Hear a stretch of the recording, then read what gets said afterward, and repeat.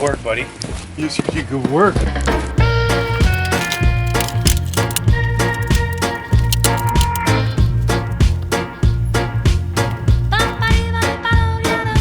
It's the last gasp of winter, and it's probably not the best day in the world to give you guys a tour of the pasture, but I figured what the heck. Before I go out there, I do need to make sure I get some batteries into the cameras.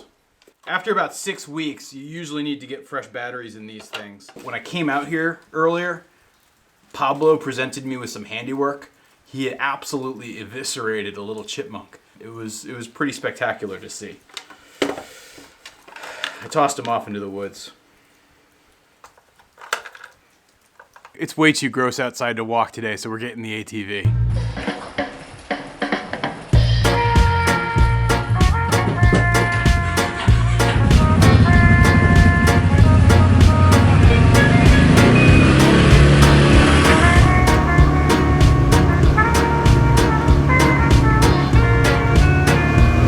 I originally wanted to go without any sort of equipment or vehicles on the farm, just in the name of trying to save money. But after a while, I realized I had to get this ATV thing. I use it with a pull-behind brush hog to take care of some of the pasture stuff and particularly mow the orchard. And you know, if I have to haul mulch or dirt or other type of stuff, it comes in handy. I just think tractors are crazy expensive, and there are so many people around me with tractors that I can hire out to have help me out. I feel like it's better both for me because I don't have to deal with the maintenance and costs of owning a tractor, and it's better for them because they get more opportunities to put their tractor to good money-making use.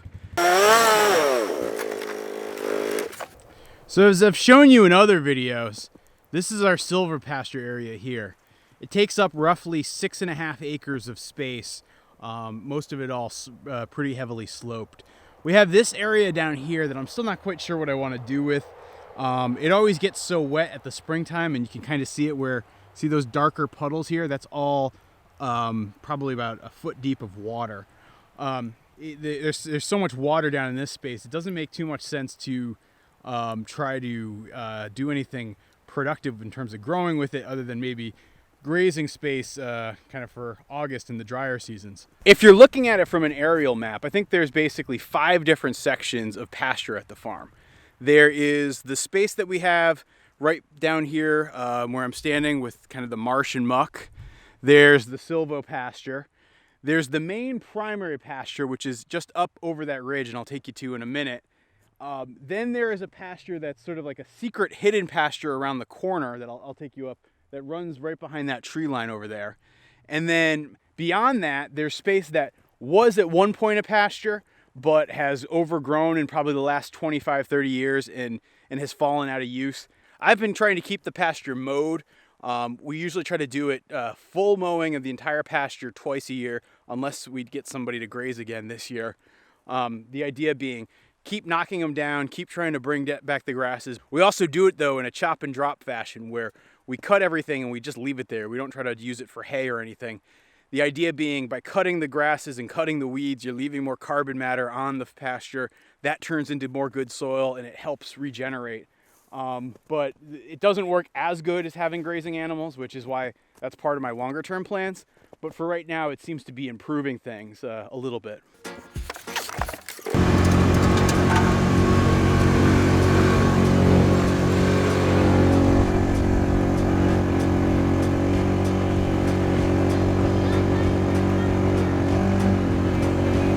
You can see right behind me, that's where the hazelnut grove is, again, for your frame of reference. But then out back here, this is where the main pasture is.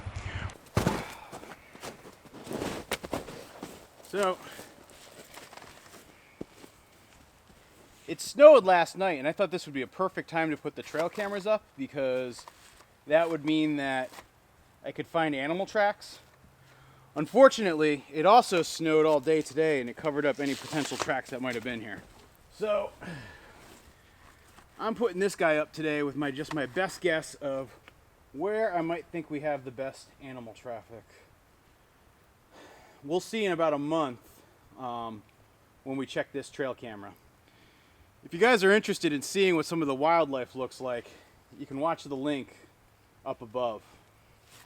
Okay, so that's one trail camera down. Let's hop in the ATV and try to put down the rest. I know at some point my battery on the camera is gonna die. Unfortunately, I didn't bring a second one out there with me, so you guys may end up getting this video concluded on my cell phone, so apologies if that's the case.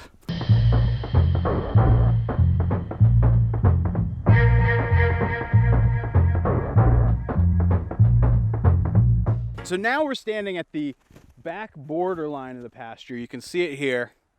This is where it really does level out. And you know, this whole area back behind where the silvo pasture is, and it's a good size, and you can see it on the picture that I'll flash up. And to stand out here at the edge corner and look out in the pasture and see kind of the rest of our town all in the distance and all the hills in the distance, it's pretty gosh darn amazing. A lot of times in the winter, I gotta be careful with the ATV and getting stuck in snowdrifts.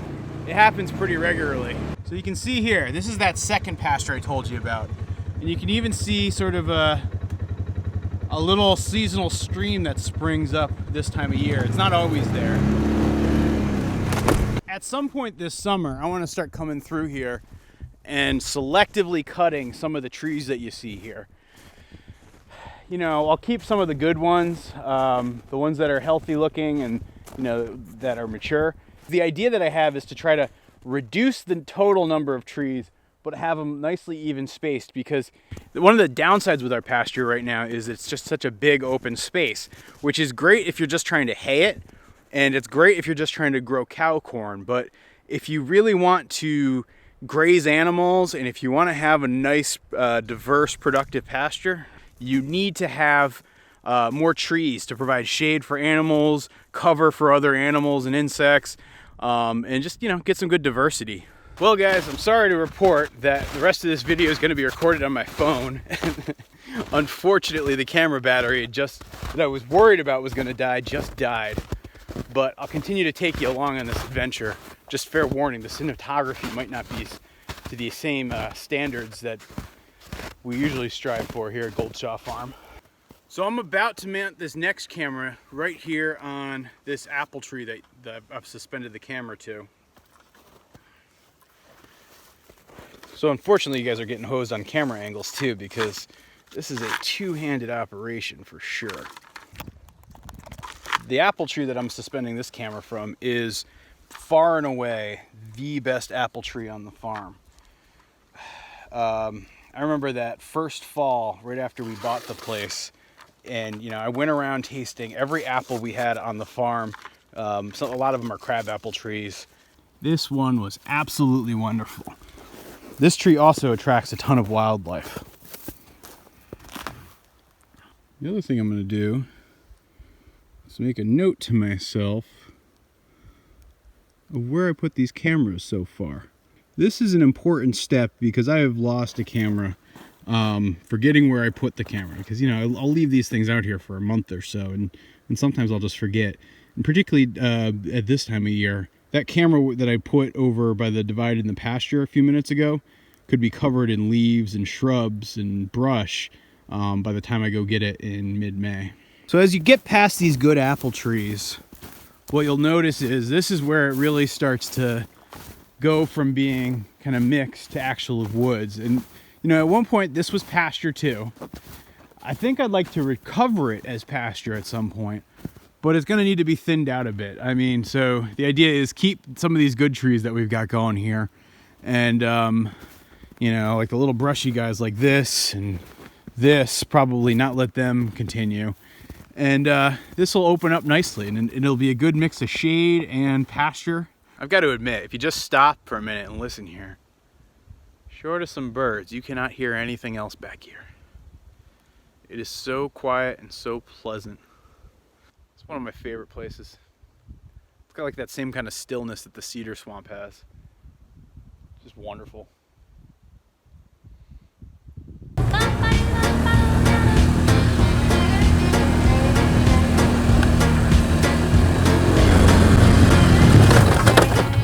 Whoa!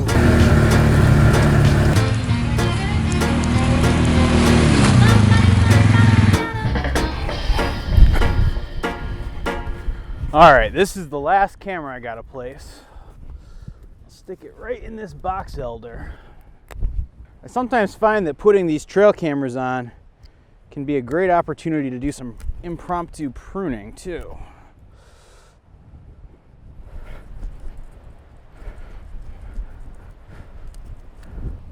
Like this whole branch is a mess.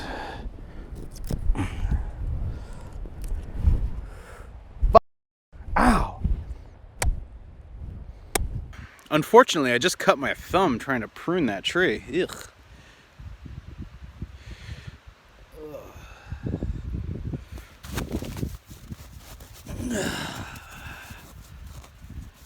Yeah, so ordinarily I don't bait my trail cams, but in this instance, I think I might have.